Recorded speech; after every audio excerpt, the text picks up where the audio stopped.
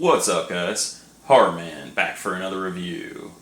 So today we're going to take a look at the TMNT times Universal Monsters Shredder as Dracula Ultimate Action Figure. So just taking a look at the packaging here, you do get the logo for the line, and of course Shredder as Dracula written there. And then you get this really crazy image of this bat kind of themed armor that the Shredder has, kind of like a bat Oni, I guess you could say. Over to the top, you do get the same picture, logos, and whatnot. Over to the side, you get a little preview of some of the other figures in this line, which I have reviewed on this channel. A lot of the same stuff on the other side. And then down to the bottom, you get the price sticker, UPC code, all the different credits for whoever made the figure, and some of the description of accessories. Over to the back, you get this very Universal Monsters type of poster, which is really cool. It actually showcases the different head sculpts and a little bit of the accessories really well, while sticking to that classic nostalgia posters that we've come to love. And then finally, once you open up the box, which is just held in by this little Velcro piece, you do get a really cool image of the Shredder on that inner flap, and he's got his helmet on, which looks really cool. And then you can see him clearly displayed in that box with all of his accessories and different head sculpts. Before we get to the figure, you do get this little packaging insert, just in case you like to do toy photography. Looks like some kind of entryway to a tomb or Dracula's castle. It is cool that they throw these in there. Alright, so taking a look at the first head sculpt here, and this is the one that's on the inside of the box. You do get a very traditional Bela Lugosi style Dracula. So no helmet, no mask. This is just going to be your classic look for Dracula. So you got the dark slick back hair with that widow's peak. You got the kind of crazy trance eyes, like the red eyes, kind of controlling his victim, kind of, telling him what to do. Look into my eyes, you know what I mean? But it looks really cool, definitely gets that point across, and there is some darkness around the eyes, not quite raccoon eyes. You do have the kind of closed mouth vampire face, so just got the red lips. And like I said, it is more of a traditional, like Bela Lugosi Dracula, which he never actually showed vampire teeth, so it looks like NECA kind of stuck to that route, which for me, I don't really like that decision. I definitely like vampires with vampire teeth, but that's just me. Going this route definitely keeps it more strictly like that Bela Lugosi Dracula. And then he does have that really cool like scar on his face, which symbols that, yes, the 1990 Splinter like scratched his face. Like that's exactly what this looks like. So I like that it's keeping with the 1990 movie. It's trying to stay accurate somewhat to that. Looking at that right side of the face especially, you can really see the scar that Splinter dealt him. So very, very detailed. It's almost more detailed on this one than the 1990 Shredder, but I do really like it. I like the eyebrows a lot on here. Definitely true to Shredder, and also, of course, true to Dracula. You got some lines in the forehead to give him a little bit more of a lifelike look. But yeah, overall, like nice details in the ears. The face just looks really good. Again, my only real complaint, I definitely would have preferred the vampire teeth showing. And here's a quick look at the left side of his face. Again, you can see a little bit more like flesh tone going on in his face. It's not quite like white or just like completely pale. There is some life to him. But yeah, no real damage on the left side. It looks a little bit more closer to the traditional Dracula.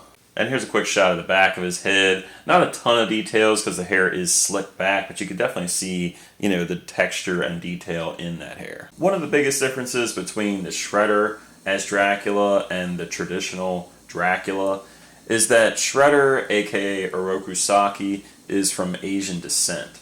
So not only do you see that in that head sculpt, but you also see it in his attire, including his different helmets that he's wearing.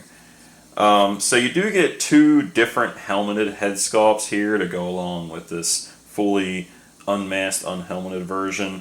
The first version is going to be that kind of bat Oni mask that you see on the cover of the box. And then you also get one more helmet, which is the one you see in a lot of the pictures on the box. And this is a bit more traditional, like closer to that 1990 version of Shredder, but he has, again, more of that like Oni mask, and it kind of has like vampire teeth on this one. So we'll go ahead and, you know, swap out the head sculpts here. So you do want to get that head sculpt grip best you can. And then you get that off. Just that traditional peg that we see with a lot of different, you know, NECA figures. And then we'll go ahead and put this Bat Oni mask, and you can see how much darker that head sculpt is underneath. Just go ahead and pop that on. Alright, so here he is with that Bat Oni mask.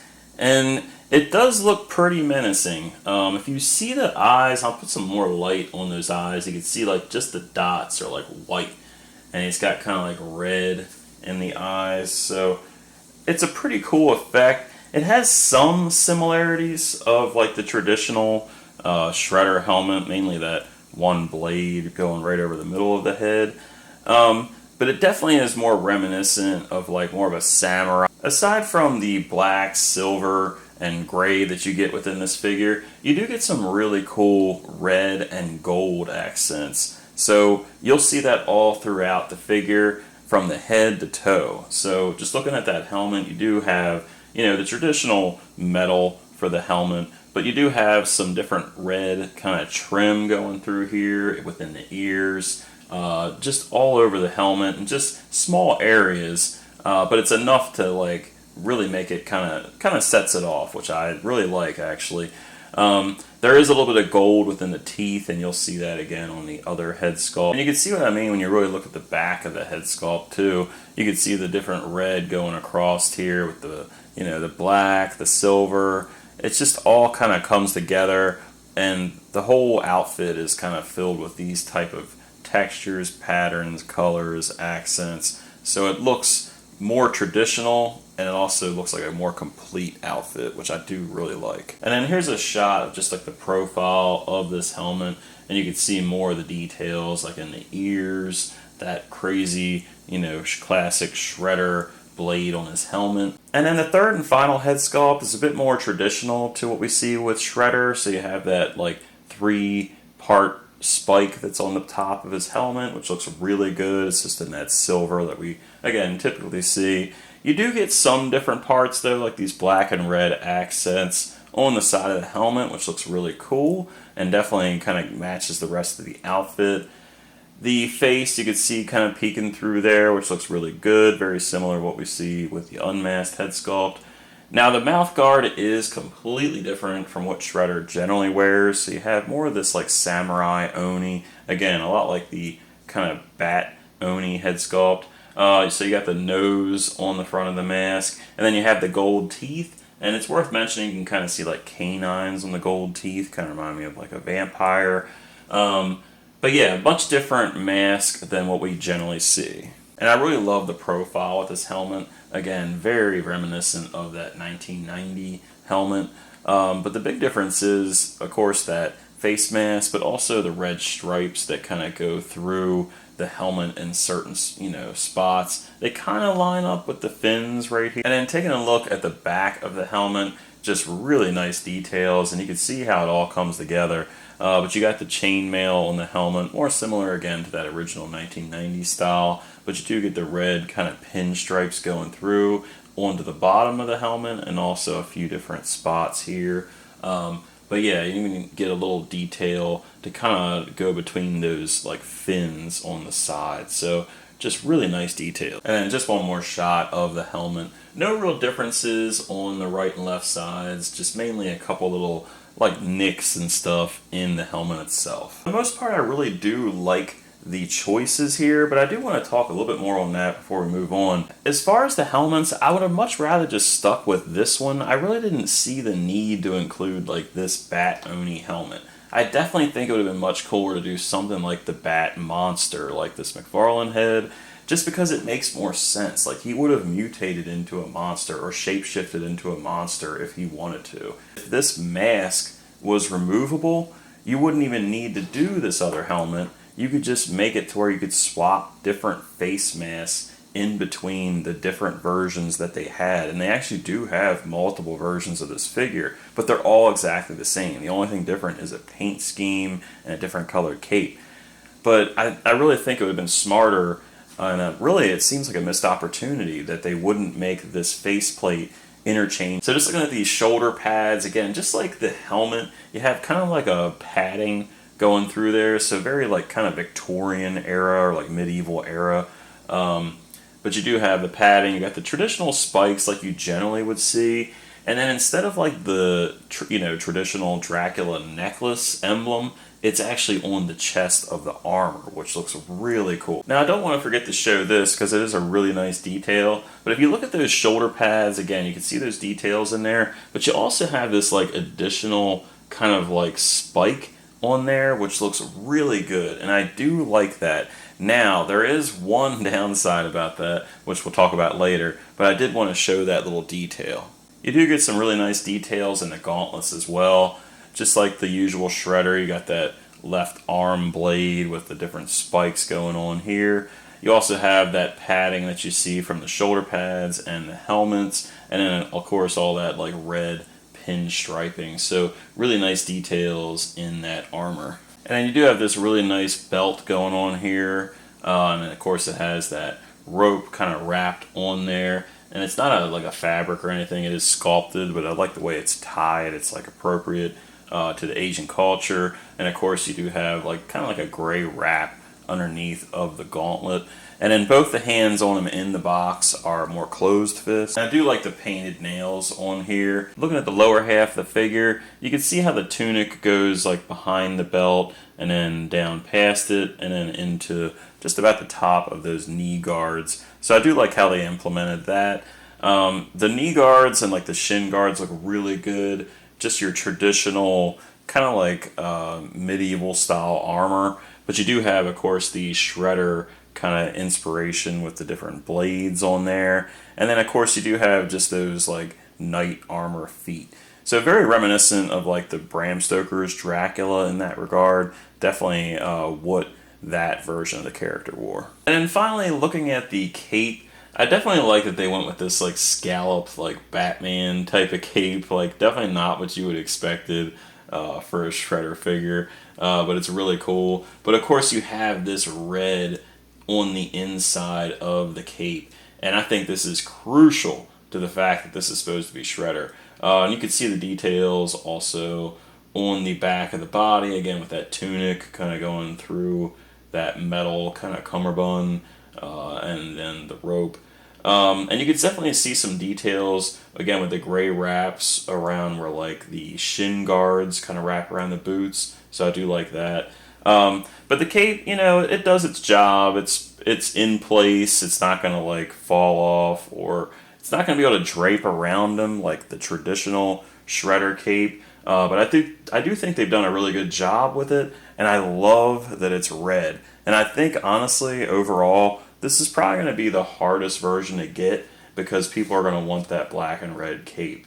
And then last but not least, you do have some peg holes on the bottom of the feet, just in case you want to put him on the stand. He does stand pretty good, though. Alright, so taking a look at the articulation here, I'm going to start with this unhelmeted head sculpt. This is the one you'll get the most out of for the articulation. So you can see he's got some really good tilt action here. Head can turn all the way around. There is this little like neck armor right here. It is soft, so it's not really going to get in the way too much. You can look up about that far. Can't look down too far because of that neck armor, but you can still look up down pretty far. And again, you can get some really good expression here, so not too bad. You do have a lot of shoulder armor and this tunic and the robe and everything, but you can still get close to a decent, almost all the way out T-pose. Go all the way down. Get a really good double hinge, like that NECA style double hinge. So you get full rotation there, really nice. You can move the elbow, but not the bicep. So you do have some extra range. Of course, you can Move the wrist around pretty good too.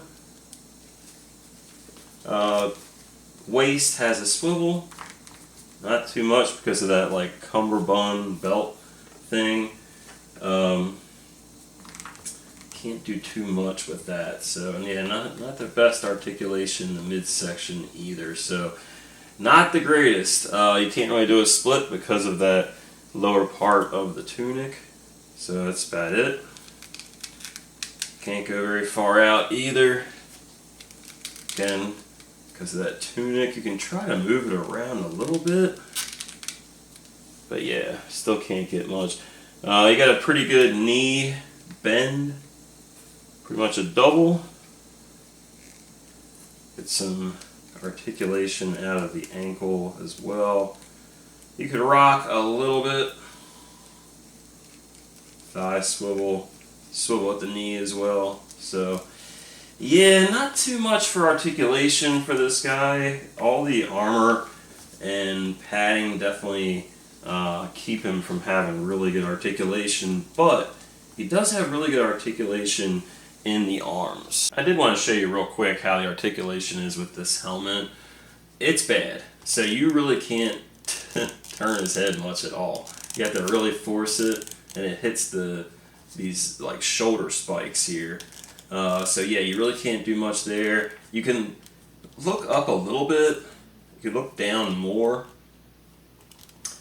And you really can't get much angles, like any real character or expression in that. So yeah, that's definitely disappointing with the design they went with these taller spikes on the shoulder. The articulation on the bat head sculpt is a little bit better than the other helmet. You can actually get some pretty good tilt in here, and you can turn the head left and right a little bit better, mainly because the sides of the helmet aren't there, it's up here instead.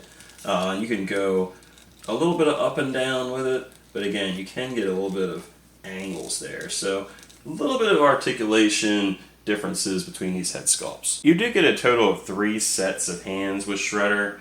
The first set we've already looked at, which are ornaments inside the box, and those are the fisted hands. And they do have some nice details like the paint and the fingernails. Looking at the other 2 sets that you get, they're a bit more like open gripping hands, which looks pretty good. And then just like the fisted hands, you do get really good paint on the nails. So those look pretty good. And then you get a bit more of like a tighter gripping hand, I guess you would say.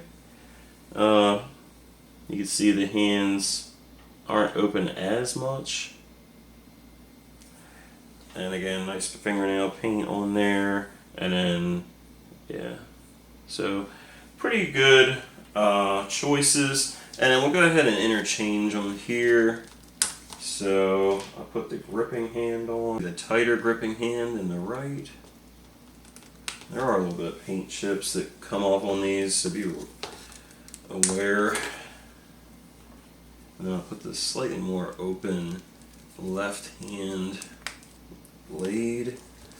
Yeah, and they interchange just. And the hands themselves have this kind of like yellowish green kind of color, not very pale like you would normally see with, like a vampire. But it's pretty cool, a bit more unique. Alright, so taking a look at some of the accessories with Shredder here. Now, you're not going to get a lot of weapons, unfortunately, and we'll talk about that in a second. But you do get some really unique accessories, very dark stuff. So taking a look at the first 2, you basically get this turtle with a candle on its shell, which looks really cool. It's definitely a different take on like the skull with the candle on top, which is really cool. And the turtle itself looks like it's alive. It doesn't look dead or anything. It's like a skeleton, so pretty cool. And then you also have this turtle skull, which is really big. It kind of looks like a big snapping turtle. Maybe that's Slab. I could see these being like in his lair. And then the last few accessories here, you do get this jug, which looks pretty cool, and it's got like just a rope, like a braided rope on there. And then you also get 2, which looks like to be dead rats. So you do get the brown one. The details look really good, sculpted here. It's a little like flatter on one side, so it kind of just like lays down better. And then you also get this black version, which is pretty cool. And I was thinking, like, if you ever see like Interview with the Vampire, Louis tends to like get a lot of the blood from drinking blood of rats. I was thinking maybe these were his snacks, you know, not like a human, but maybe he's living off of rats. Kind of like his permanent revenge against Splinter. Here he is holding the rats. Since they're a little flatter on that one side, you can hold them just fine with those, like, you know, really open gripping hands. Here he is holding the jug, and you definitely have to do a little balance act with this one. I can add him with the two-handed pose. Here he is holding the turtle skull and the turtle with the candle. Now this turtle with the candle, there's really no way to really hold this right. It kind of just rests there. So I like it just kind of sitting on a table or something. But it does hold the skull pretty good. Alright, and the only weapon accessory we get with Shredder is this spear. And I wanted to show you just how big this thing is. It's pretty much the same size as his body, if not a little bit taller. And he does hold it pretty good. I have it with like the tighter right gripping hand and then the bit more open hand on the left. But he does hold it really good. I like the different colors on here, really cool design. We've seen a lot of different spears with him over the years, and they all tend to look just a little bit different, but definitely in line with what you'd usually see Shredder with. And here's a closer look at that spear tip, and you can see a lot of really nice details in this. So for the first comparison, here he is next to some of the Universal Monsters times TMNT figures. So you have the Donnie as the Invisible Man, you got Raphael as Frankenstein, you got Mikey as the Mummy, and then you also have Leo as the Hunchback. Here he is next to a few more of those Universal Monsters times TMNT. So you have the April as the Bride of Frankenstein, you have Casey Jones as Phantom of the Opera, and then you have that second version of Raphael, but this time he's the Wolfman. Here he is next to the 1990 Shredder, and also the Secret of the Ooze Shredder. And you can see that this newer one definitely has a bit more thickness to him. He's a little bit taller, just a little bit beefier. But you could definitely see some similarities in the armor, but definitely a lot of differences as well. Here he is next to some more TMNT movie figures made by NECA. Now if you want some traditional characters to go along with your Dracula, you could always put him next to the 1990 version of Tatsu. Really, this could be the 1990 or the Secret of the Ooze. He pretty much looks exactly the same in both movies.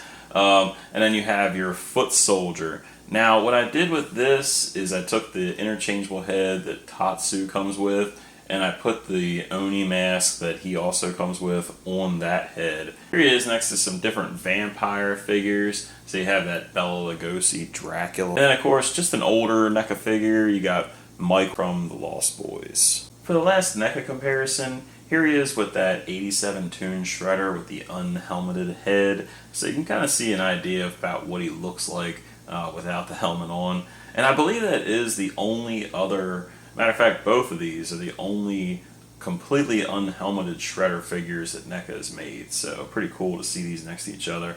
And then you do have the NECA Sin City Shelley figure, which is a classic figure. Good damsel in distress for this Dracula figure, I think. And then, of course, you have the 89 Batman, a bit older NECA figure, but of course, you got the scallop cape, just like the NECA Dracula Shredder. So, really cool to see all these next to each other. For your Mezco comparison, here he is next to the Crow Eric Draven, and of course, that's based on that first The Crow movie. And then you have the Count Orlok from the original Nosferatu. So, you got your vampire, and of course these are going to be a little small next to the Shredder, not quite in scale. And for your final comparison, let's blow the dust off these older figures here. So you have the Raphael as Dracula from the 2012 cartoon, and then you have the classic real Ghostbusters Dracula monster from that old vintage toy line. So again, cool seeing, you know, another kind of fun crossover figure here. I always like these type of figures. They're very unique. Alright, so that's my review of the TMNT times Universal Monsters Shredder as Dracula. And I really do like this release. I think the Shredder's armor blends really well with that kind of Bram Stoker style, Dracula armor. I think the motif on this one's really good. I do think this is the best of the, I don't know, is there 3 or 4 different variations of this thing? But I like the black and red the best. I think it makes the most sense, especially like the red inside of the cape. The cool little accessories, I think those are really good for set pieces, so if you like to do toy photography or stuff like that, you could probably partner a lot of these things with some of the Diamond Select Universal Monsters, kind of like the diorama, pieces, and even some of those Universal Monsters like NECA accessory sets. So overall, I think people will, have a nice little environment set up with all these different characters, and I think this will overall be a really fun addition to this line. And I do like the variety with the different helmets. I think they did a pretty good job of giving us 2 completely different looks, really. I mean, there are some similarities, but definitely much different, and I think they definitely went that extra step by giving us that unmasked head. Definitely happy with that. I do think it would have been cool to have like the face mask part of the helmet interchangeable with the different masks. The original Shredder, of course, his mask comes off, and the same with the Secret of the Ooze version. So I kind of like showed it here, like this little piece here. If that would have been interchangeable between the different helmets, I think that would have been really cool. Been a nice little way to kind of, enjoy the accessories just a little bit more, and you could have had him like, maybe display the helmets around, and you could have had like the helmet and the, face showing, which would have been really cool, give us another look. And that's not to say that these designs aren't cool. I just really like that classic faceplate on that helmet, and I think it would have been really cool if you could have got that faceplate on this look. This is a really cool look, but it definitely comes off as very like kind of Mortal Kombat, like Baraka or something like that, or like just one of those Oni type of samurais. It's cool, it just doesn't really scream Shredder to me. So if you've been collecting this line, this is definitely one you don't want to miss out on. Now, this one I was able to find at a specialty store, but a lot of them have sold out. I have seen this version also at Target. Just be careful when you go to Target or Walmart. Like I said in the early part of the review, there is multiple versions of this, so make sure you open the flap on the box and see which one's inside. This is just the regular version, but there is a black and gold one, there's a red one, and I have seen one that's another different variation where it's like a black cape. So, like I said, just make sure you get the right one, and I think you'll be pretty happy with it. So thanks for watching my review. If you like this video, leave a like. If you have a comment or question, leave that in the section below. And until next time, guys, see ya.